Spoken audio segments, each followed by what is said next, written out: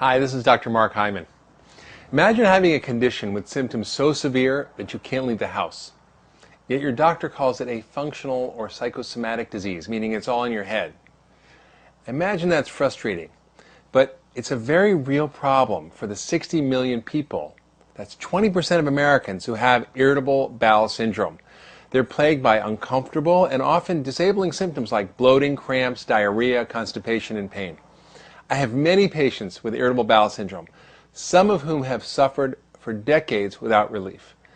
Their previous doctors couldn't find the cause of their illness, so they were told just to take more fiber or take Metamucil, or were prescribed sedatives like Valium or antispasm drugs or antidepressants. That's not the answer, and I can tell you about a different way to solve the problem of irritable bowel syndrome by dealing with the cause. Let me tell you about my patient Alexis. At 45, she suffered from irritable bowel for 33 years, almost her whole life. Her sudden and major symptoms were painful, cramping diarrhea that would come out of the blue.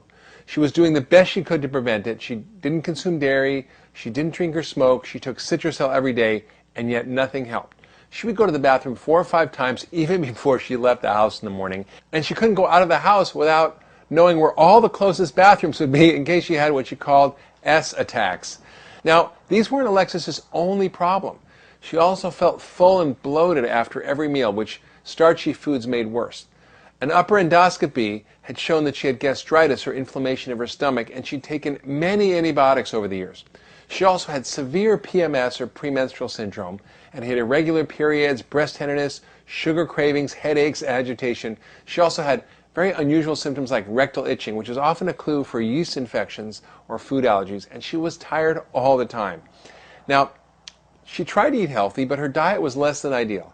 She had a bran muffin and coffee in the morning and a salad for lunch, but her drug of choice was sugar, in the form of cakes and ice cream and Jell-O and diet sodas and other junk food.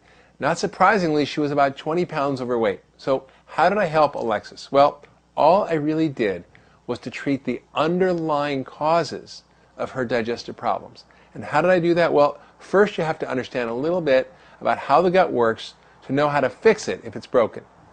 Now imagine a tennis court. That's the surface area of your small intestine where all your food is absorbed. Your small intestine is also the site of about 60% of your immune system. The bad news? The small intestine is also just one cell layer away from a toxic sewer. All of the bacteria in your gut and the toxins from food, if that lining breaks down from stress or too many antibiotics or anti-inflammatory drugs or intestinal infections or a low-fiber, high-sugar diet or alcohol and more, look out. Your immune system will suffer, and you can develop all sorts of digestive problems and other systemic problems. But let's talk a little bit more about those bacteria in your gut. You've got about 3 pounds of it, 500 species in your gut. In fact, there's more bacterial DNA in your body than there is human DNA. Of all the gut bacteria, there are the good guys and the bad guys, and then there's the very bad guys.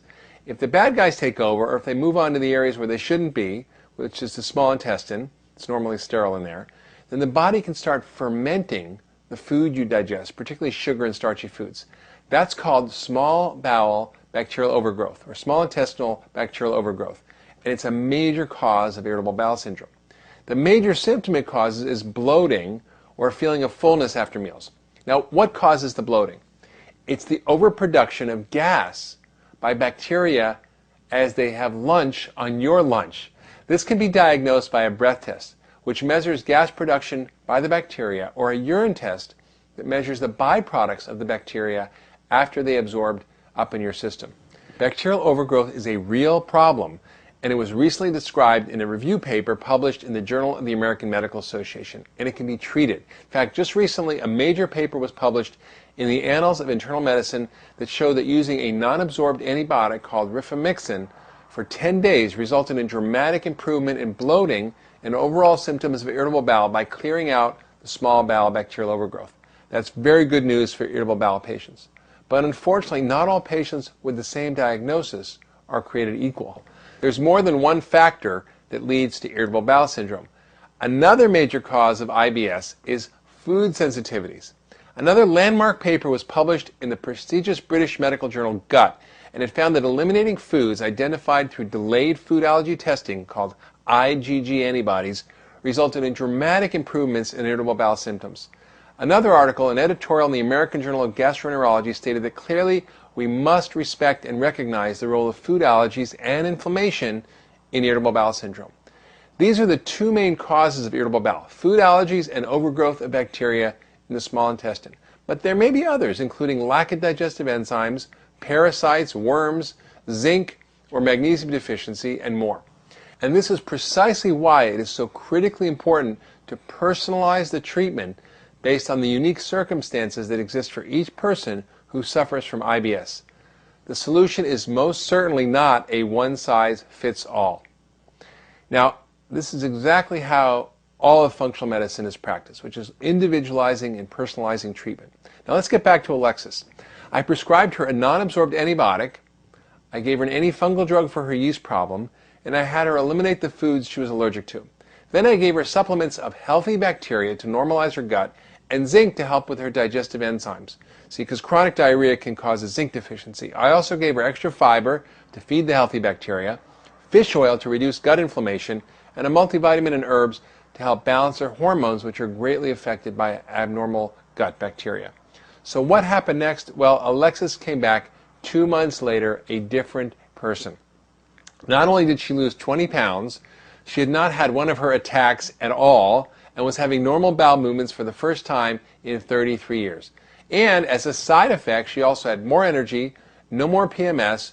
She looked and felt 10 years younger and was free of the suffering she'd endured for over 3 years. And she lost 20 pounds. Are you like Alexis? It doesn't have to be that way. We have the understanding and tools to deal with this chronic problem and the suffering it causes in 1 in 5 people. There is no need to wait for any more studies. I've been treating irritable bowel in my practice for over 15 years with dramatic success. In fact, just today, one of my patients told me that for the first time in his life, he didn't have any more stomach pains or digestive problems. He had been so bad that he had to have a phone installed in his bathroom. So what do you need to do to take advantage of these discoveries today? If you have irritable bowel, follow these steps. 1, take the test for IgG food allergies and eliminate the foods that are positively testing for 12 weeks. Or you can do it on your own. If you can't afford the test, just eliminate the most common food allergies for 12 weeks. That's dairy, gluten, yeast, corn, eggs, soy, and peanuts. And then reintroduce them to see if they cause symptoms. I've written about this in the Ultra Simple Diet. It's a complete program that you can follow at home. Next, get rid of the unwanted visitors in your small bowel. Ask your doctor to prescribe rifampicin. Next, you can repopulate your gut with healthy bacteria. So, there is a way out of irritable bowel syndrome, and it's not through your head.